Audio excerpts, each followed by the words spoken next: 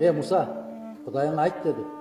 Күнде кекілік жай беріп, көңілге тиді. Мөмөчеме бар екен, түшірсін деді. Қалыппа.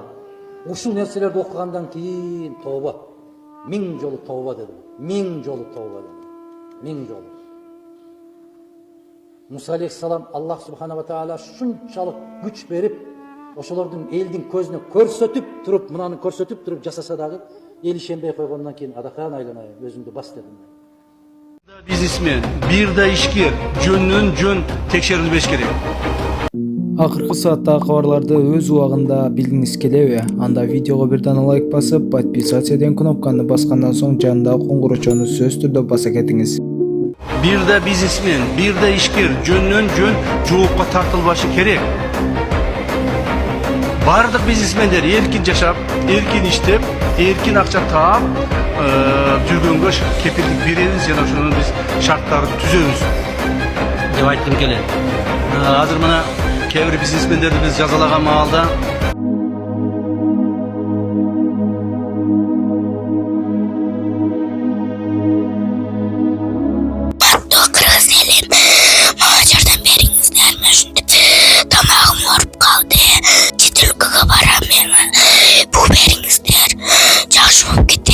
Эгер колуңуздардан келсе дагы жардам берип коюңуздар.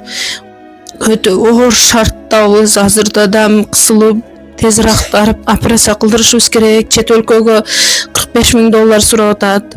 Чет өлкөгө апарыш үчүн ол каражат бизде жок. Эгер колуңуздардан келсе жардам берип коюңуздар. Сиздерден сураныч. Диагнозу голосовой гортани деп чыккан. Тамагыда бул сүйлөй турган голосойдо. Ушул өскөндө сүйлөй албай калат. 1 метр жерге да ушу угулбай калат. Бир ан жерде калып кетеби деп коркомун.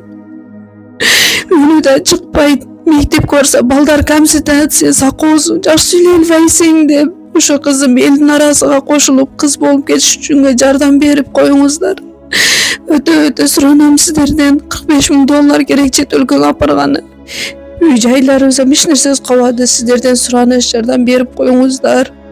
М-банк Анаркан деп чыгат, Сбербанк Гүнназик деп чыгат. М-банктагы номерге чалсаңыздар, тактап мен өзүмдө болот. Сураныч, сиздерден жардам берип коюңуздар. Жакшы болуп кетсин деп Кудайдан түнү күнү Кудайдан тилеймин. Биттай кызым бар. Ошо кызым үчүн жардам берип коюңуздар. айтып атышат бизнесмендерге тийишип атасыңар. Урматтуу коомчулук, айтып коюш керек. Биз салыкты төлөбөй, элдин ырыскысын уурдап, же болбосо ошо налогдорун төлөбөстөн качып, бажыга төлөмдөрүн төлөбөстөн качып жүргөн гана бизнесмендерге ошондой ууруларды, аларды биз бизнесмен деп айтпайбыз. Ошондой ууруларды гана жазалайбыз. Ал эми таза иштеген балдарга, таза иштеген бизнесмендерге только колдоо көрсөтөбүз. Себеби андай адамдар бизде көп болуш керек. 274-1-ге өзгөртүү киргизип жатабыз азыр. Кооптуу өндүрүш объектилерин пайдалануучу уюмдардын жарандык жоопкерчилигин милдеттүү камсыздандыруу жөнүндө Кыргыз Республикасынын мыйзамдарынын талаптарын бузуу же аткарбоо. Ошондо бул бардыгына тегиштеби же юридикалык жакабы? Жумуш берүүчү тарабынан.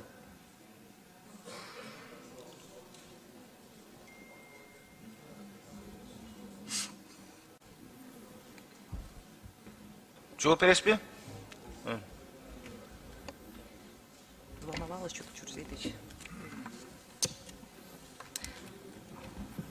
Эми биз деген 200 Мурзатаева Нуржумашевна Тын көзөмөлдүн төрагасынын орун басары болом.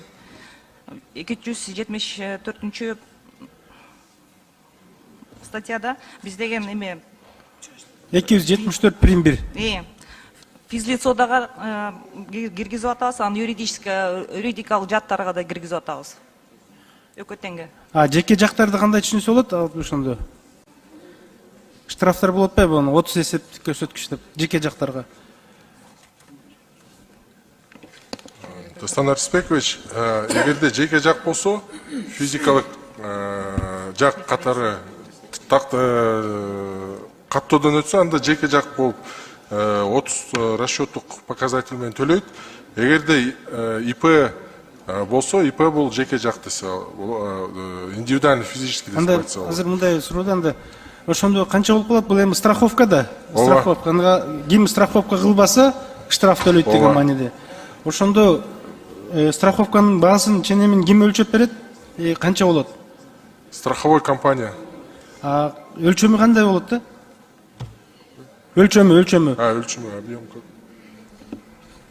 1 жылдык, 6 айлык болобу же 10 күндүк болобу?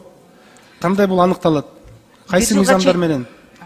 Рұқсат берсеңіздер, 1 жылға чейин болот. Биякта деген эме производственный объект болгондон кийин базовый тариф болот да.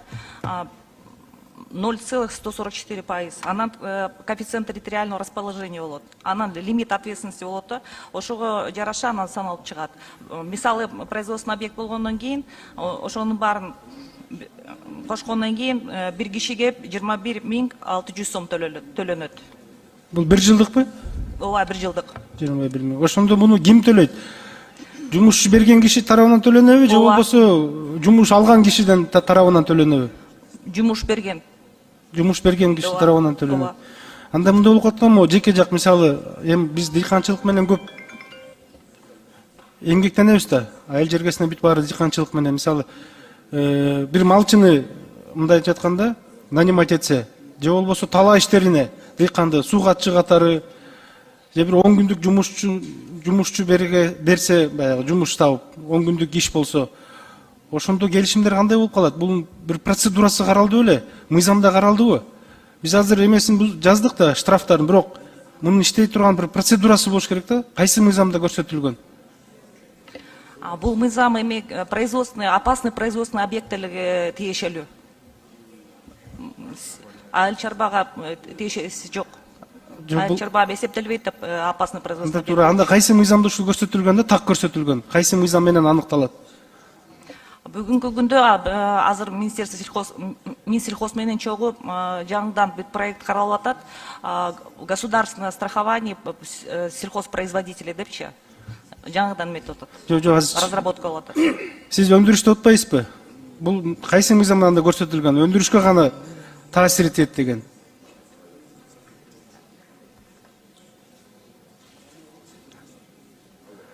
Где это определено?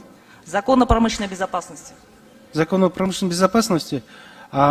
Страховка боюнча мыйзам бар да. Ошол жерде камтылганбы? Ошол мыйзамдын үстүндө иштетилип чыктыбы ушул? Биз деген бул кодекске киргизип алганбыз, эки мыйзамга киргизип атабыз. Бул деген эме боюнча да.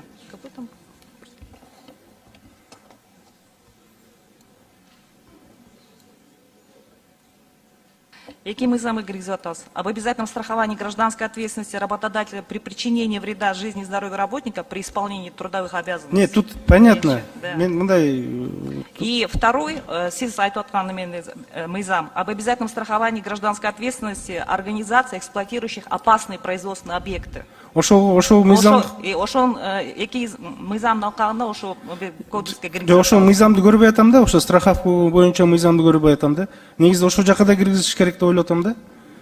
Ошондо так аткарылат. Бир, экинчиси трудовой кодексти да карап көрсөңүздөр. Негизи трудовой кодекске да кириш керек булчу. Жана иш берген, иш алуучу деген понятияга, понятийный частка булушуга кириш керек да. Бул азыр жаңы термин кирип атпайбы? Жаңы жана мыйзамга прим катары кирип атпайбы? Өзгөртүү болуп. Ошондо бул мыйзам так иштелет да. Дастан Арыспекович. Азыр биз штрафын эле көрсөтүп койдук, а процедурасы көрүнбөй атат. Дастан Арыспекович, могу эмгек кодекс боюнча сиз суроо берип атасыз. Ооба, өткөндө дагы Динара Ашмановадан ушундай сунуш түшкөн болчу. Биз ошо сунушту эмгек министри менен чогуу карап чыкканбыз.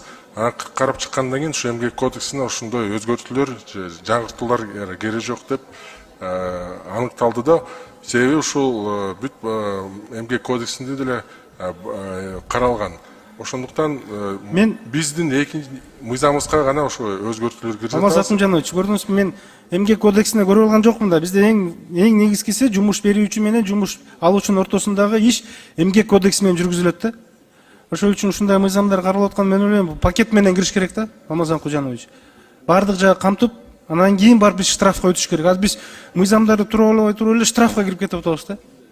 Ошол үчүн мындай мыйзамдар пакет менен иштелип чыгыш керек болмаса Кулжанович.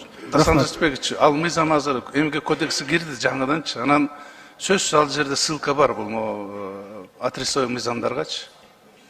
Шаарында окуучулар үчүн атайын автобустар каттамга чыкты. Эми окуучулар мектепке бекер барып келишет. Балдардан башка жүргүнчүлөр транспортко түшүрүлбөйт. Аталган автобустар күнүнө 3 жолу, эртең менен, түштө жана кечкисин каттайт. Азырынча 3 багыт боюнча 2 автобус каттамга чыкты. Бул эмгилге шаар мэри Бакытбек Жетигеновдун тапшырмасынын негизинде ишке ашырылды.